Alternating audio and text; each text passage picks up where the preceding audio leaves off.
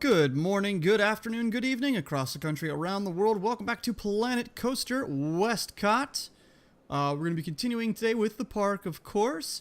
I was going to jump in to the next ride. We'll be off to the left past the VAB there. But I'm trying to have guests in the park now, at least part of the time, most of the time. And I kept getting the thing, guests are thirsty, guests are thirsty. So we're going to add a few drink and snack shacks off to the side. Actually, not shacks, they're decently big things. We're going to put them down here. They're going to be fitting in that slot there. Actually, a bigger slot than that after I get the pathing figured out. But they're going to be effectively in that spot, mirror image. Well, mirror image? Yeah, kind of mirror image of each other on either side there. This was a little finicky. It took me a while to get things lined up just right and to get the paths to behave the way I wanted it to. But in the end, I'm decently happy with how it looks. I might go back. I think I'm going to go back and make a couple minor alterations to things, like adding signs here and there and whatnot. So I wanted to go up and be on this raised platformy thing, but the paths weren't really... There we go. They were okay. Then I said, no, no, that was too high for me. I didn't need to be that high. I just wanted to be up a little bit just so you get the gist that you're up on a platform. And because the paths were there, yeah, I just kept wanting to snap to things. Stop it. But then the grid. Use the grid. Use the grid, Luke? No. That's something else. There we go. And then add the grid back, and you're good. But then we still remove the piece in front. Yeah, that in front, because that's going to have, like, some topiaries. I'd wanted to do, like, the ground kind of sloping up to it, but even with scenery lock off, it doesn't want to do anything with the paths or the scenery. It kind of blocks it, which is annoying. So here, yeah, I learned the tricks from last time, just a moment ago, of how it didn't work, how it was unhappy. So boop, boop, boop, boop, boop. And that path there, delete that there. Add there? No, I don't think I really want the Plaza to go too much further forward than this. I don't think I need it to.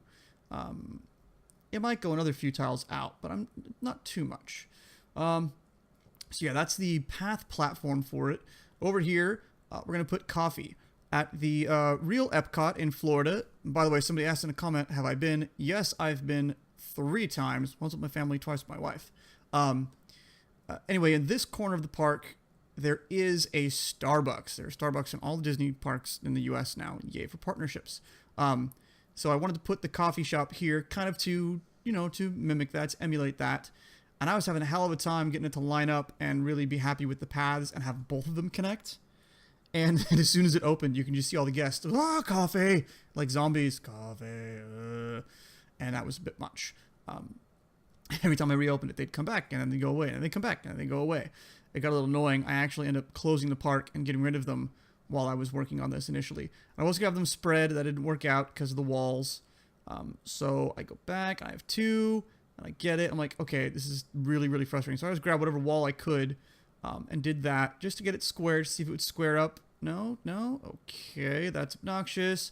Playing with the paths and deleted like 4 paths at once. I don't know what happened there. But I stopped it.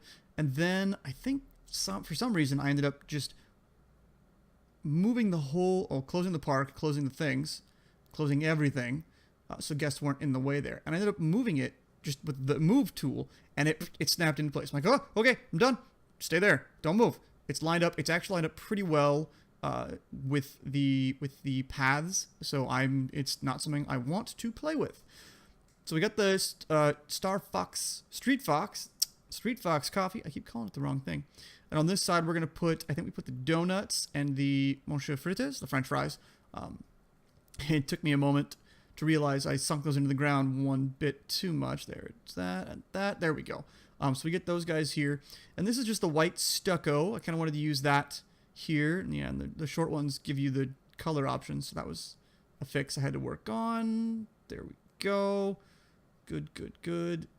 Unfortunately, the roof line I go with in a little bit does not have a matching stucco piece. So that was kind of annoying. But I make it work eventually. Yeah, close everything. Yeah, close everything. Close all the things. There are no more... Or no, the few guests are clearing out. So do I do that there? Yes, I do. Yeah, we're going to use... These buildings end up looking... I do that there. That's right. these buildings do end up looking a little bit like kind of stock Planet Coaster themed buildings. But let's be honest, Planet Coaster theme, it's kind of Epcot themed. It's kind of that modern future, really swoopy roofs. So we do that here. At this point, I was like, all right, that's cool. I can live with that. It's kind of a funny looking, oh, I just thought of this, and this is going to sound horrible, but it's kind of a funny looking Trump toupee look to it. Now that with those little swoops on the side, though, it's not. But those look, I think, very typical of Planet Coaster, like entrance stuff from the stock stuff. So I end up having to go with the metal, or it's like I choose to go with the metal because those had the curved roofs. I'm like, okay, I can do that, but it's not going to match. So I figure instead of taking the metal and wrapping the whole building in metal, I just do the sides. So we have the stucco on the front and back and the metal on the sides. And I'm happy with that. It wasn't what I initially wanted to do, but I'm happy with it. It'll work. It'll work just fine. And they're gray, but then we end up making them white, and they blend together pretty well with the stucco. It blends very well. Fortunately, the metal pieces, they go like true colors, solid colors that match other things. And here I was going to set the roof low, but then I put it up. Otherwise, it was not quite enough headroom. But there's so much Z-fighting there, it was really obnoxious. So I end up bordering it with these. And this becomes a pretty big element all the way around. Yeah, all the way around, like I said. And that's quite a thing. Yeah, and I tried to use a beveled corner, but it didn't. The dimensions don't match up with anything. So it's not really helpful. I end up having to go with the square corner, unless there's a weird way to rotate that bevel differently. But go with the cubey corner, and there we go. That matches there. Good, and then stick it on the other side. And then I was going, okay, well, we got these pieces. I've never played with these pieces, and that was part of the opportunity for this park, was to play with some of these other futuristic, sci-fi, whatever pieces, or the Planet Coaster stock pieces. And at that point, I was like, all right, well, we're doing this so far. Might as well continue with the Planet Coaster-ish theme and just slap those on there as well to keep the theme going. Over here, I wanted to add this as kind of a support thing and drag it over to the other side. And I think we do the same thing on, we do the same thing on the corner here. Boop. Yeah, just to kind of show that it's supporting that roof there, I guess. And then we do these swoopy roofs, which were a bit of a struggle to get in place. Yeah, we do swoopy roofs there. That kind of helps hold that roofing up. And then for the donuts and the fritters, there's not much signage for those. There's a big donut. Fritters, Monsieur Fritters, there's more, but not much. I think, because I just saw somebody else is using them in their own park, there's a donut awning. I think there's a donut awning, and there's a fritters awning. I think I might use those and move the signs to the outside. I actually think I will, because that's going to look, I think that'll look a bit better. And then Street Fox coffee signs on the outer edge. And that's mostly it for the building. Yeah, now we're going to go into the nighttime and put up some lights. I was going to put these, but they don't really do what I wanted. So we're going to go with the old standby of the floodlights, colorable area lights. Colorable area lights. The big ones are the floodlights. These are the colorable area lights. And they light up things just fine. And I actually end up not clicking that one in, but it's okay. I fix it later. So I'm done with that one, and I name it Cafe. And it's pretty good. I like it. I like it a lot. So much. Like I said, we're going to do a mirror image. We're going to copy paste it and slide it over, and it slid into place oh so nicely.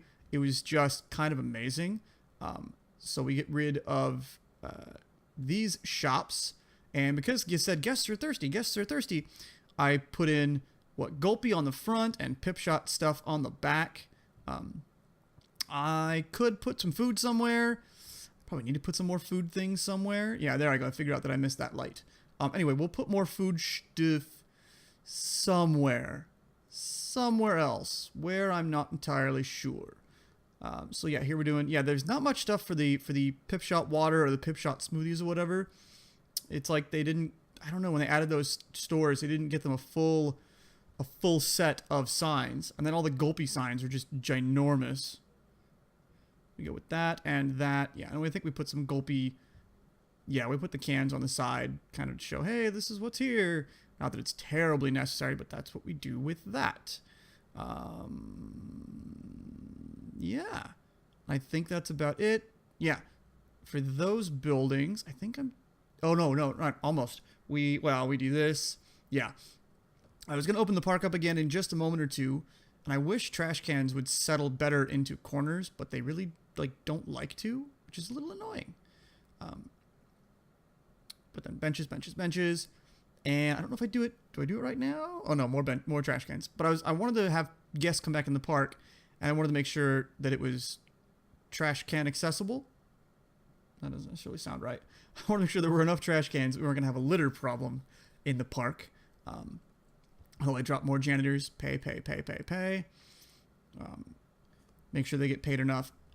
I'm not going for a profitable park here, although I might tweak some things later, but my main concern is to keep all the janitors and vendors happy and paid well enough. I'm sure there's a correct price point, but it's something I didn't want to worry about. Oh yeah, I wanted to come back and see what this was with a light, and you can see the spawn point. I thought that was cool to actually see what that was. Anyway, small digression there. I was kind of stumbling for a moment or two here. What to do? Do I work on this? Do I work on that? How's this going? How's that going? Going well. Still a crazy line. No priority pass. There's a bunch of priority pass. Yeah, all the priority pass, which I think is really, really cool that it utilizes that like that. Anyway, people are thirsty. People are buying coffee, buying drinks. It's all good. Train everybody up as much as we can. Good. I think, do I do it now? Yes, I do it now. At this point, I wanted those pathways to not be floating, so I wall them up. And because they're on the same grid, the walls just fit beautifully. It's really, the grid is kind of nice because you can easily do this type of stuff. Although one thing that's odd that I've noticed about placing wall pieces, especially angled ones, you place it once and it wants to flip 90 degrees afterward. Really kind of odd. I don't understand. I was looking, I think I took a break here. Yeah, that was a cut there. I had to go help my wife with the cat. At this point, I wanted to add, kind of like on the other side, how we added the train depot to hide the entrance over on the other side. I kind of want to do something similar where we have some walls here that are going to hide the, what's it called from there. And that wall does stick out just a little bit into the, what's it called? Into the information, or yeah, the info. But it's okay. Nobody's going to see it. Well, you might now. And then we, just do slopes here to get this stiff kind of closed up, and that way it's kind of blocked from the guest view. Straighten that out because I know it was off from before. What else do I do? Oh yes, that's right, this is the next part. Next, I wanted to work on these for planters, and we have this lovely green grass texture, because in the real Epcot in Florida there's tons of these just big open grassy spots that are planted, that are kind of horticultured. Some are just grass, some have plants, some have tables and things. For me here, I just did, and a lot of these, a lot of them in Florida are a little hilly, or they slope up to the next building.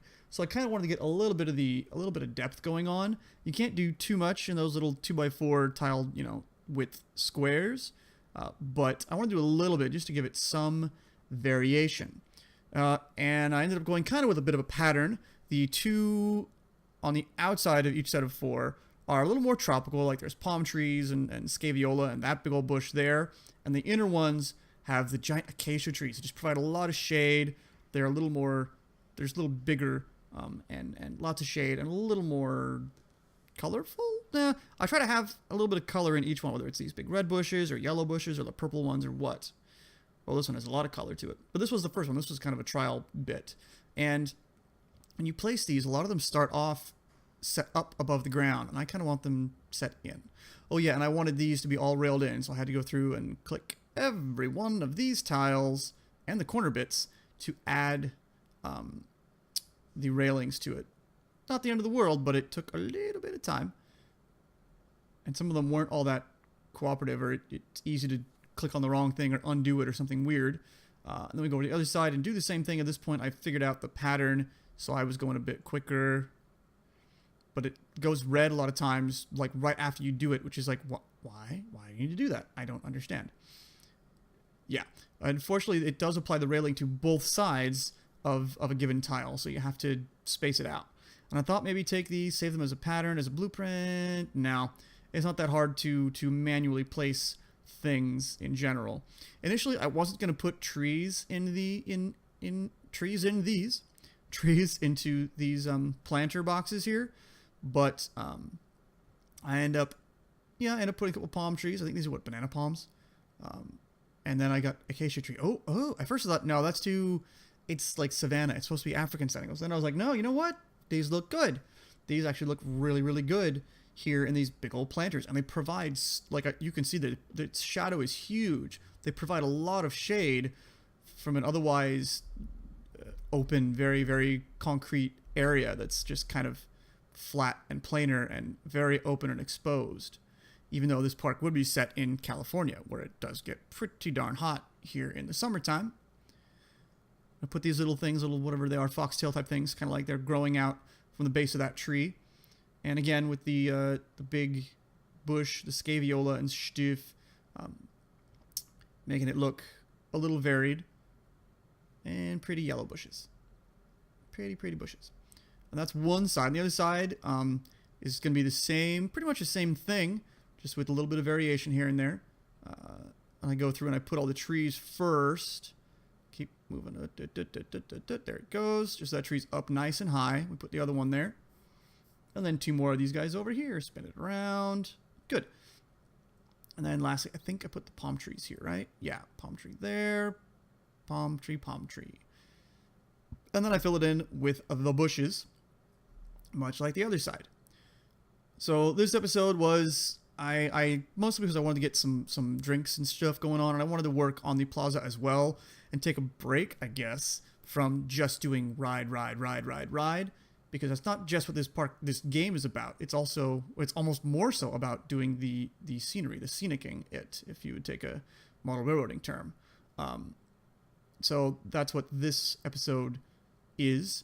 After this, we are going to jump in to the next ride. It's going to be past the vehicle assembly building, past the VAB ride there. It's going to be a bit more of a family-friendly type ride, something that everybody can go on. Because right now the two rides we have are pretty thrill-based. They have very high levels of intensity, and I think the centrifuge one has both of them have a pretty high nausea rating. I want to get away from that. But the next ride will be a track ride, and the ride after that will be to the right of the steampunk warehouse there will be a coaster. Finally, we'll get into a coaster. I am going to put some sort of water fountain park toward the center there, whether it's going to be just one fountain or two, or a pattern of water fountains. I'm not really sure. I'm going to try to open up the ground and actually use the water instead of just, the water fountain, the basins that they give us. The last thing I did, was kind of do these with some cutesy little horticulture, pretty things. That other one was curvy. I thought make this one more linear, kind of Harry Potter lightning bolt. But that's that. Anyway, that's it for this episode. Thanks for hanging out. If you hit like, hit subscribe. Tell your friends, tell your neighbors, pass the word. I will catch you later.